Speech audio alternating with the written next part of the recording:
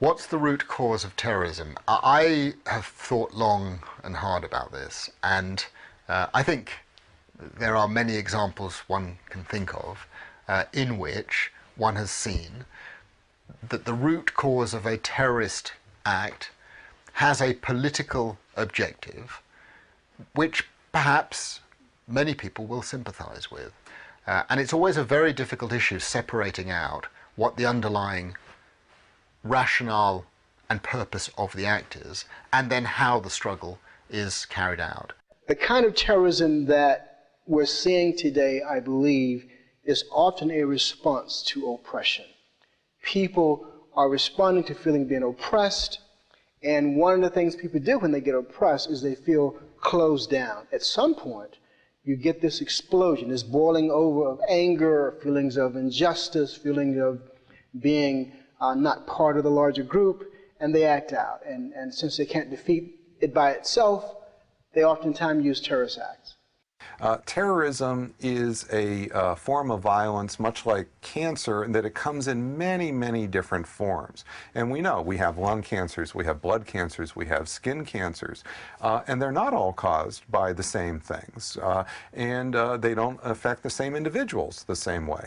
So why would we think, if all cancer doesn't have a single cause, why would we think terrorism has a single cause? Well, I don't. And so I studied the most virulent form of terrorism, suicide terrorism.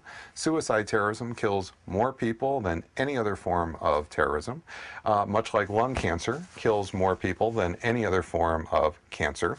And suicide terrorism also has a specific risk factor associated with it, much like lung cancer. In the case of lung cancer, it's smoking.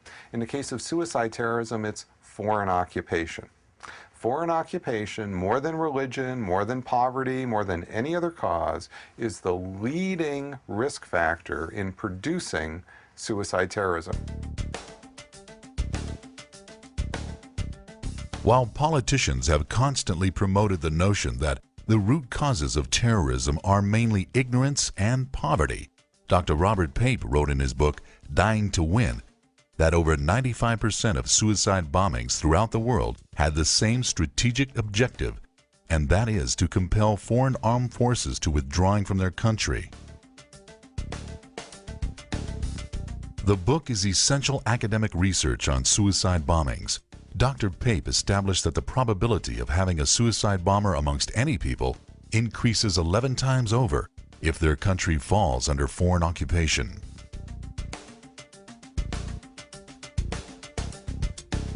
Very often, if you dig away at the root causes of areas and parts of the world where violent conflict has erupted, where terrorist activity has taken place, and it goes back to time immemorial, one sees at the heart of this very often issues not just of poverty, most likely, in my view, not of ignorance, but of a sense also of injustice at some wrong that has been done and that is continuing over time, that is not being addressed. In my opinion, it's injustice, humiliation, oppression that are the most common causes of terrorism. Some people claim that religion motivates terrorists. However, the academic research of Dr. Robert Pape has proved the claim to be false. What I did is I collected the first complete database of every suicide terrorist attack around the world since 1980.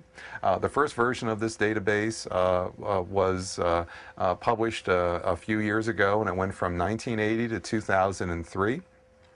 Think of that as like the pre-Iraq database. And then the second version from 2004 on, think of that as the data that's happened since Iraq. And what the data shows quite clearly is that the principal cause of suicide terrorism is foreign occupation. In that period, from 1980 to 2003, there were 315 completed suicide terrorist attacks by 462 suicide terrorists who actually killed themselves. I don't mean attempts. These are people who actually killed themselves. The world leader during that 24-year period was not an Islamic group at all. They're the Tamil Tigers in Sri Lanka. The Tamil Tigers are a Marxist group, a secular group, a Hindu group.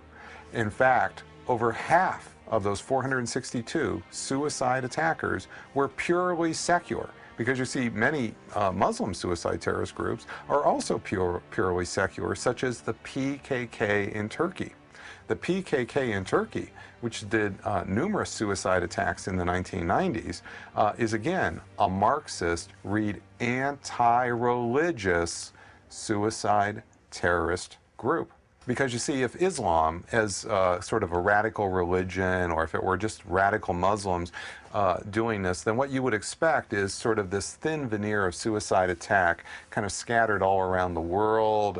You would expect that, oh, there's 1.4 billion Muslims, you know, there's this teeny tiny fringe of Muslims kind of everywhere who'd be willing to do suicide attack, but that's not the way the data looks. It's really concentrated, and it's really concentrated in occupations.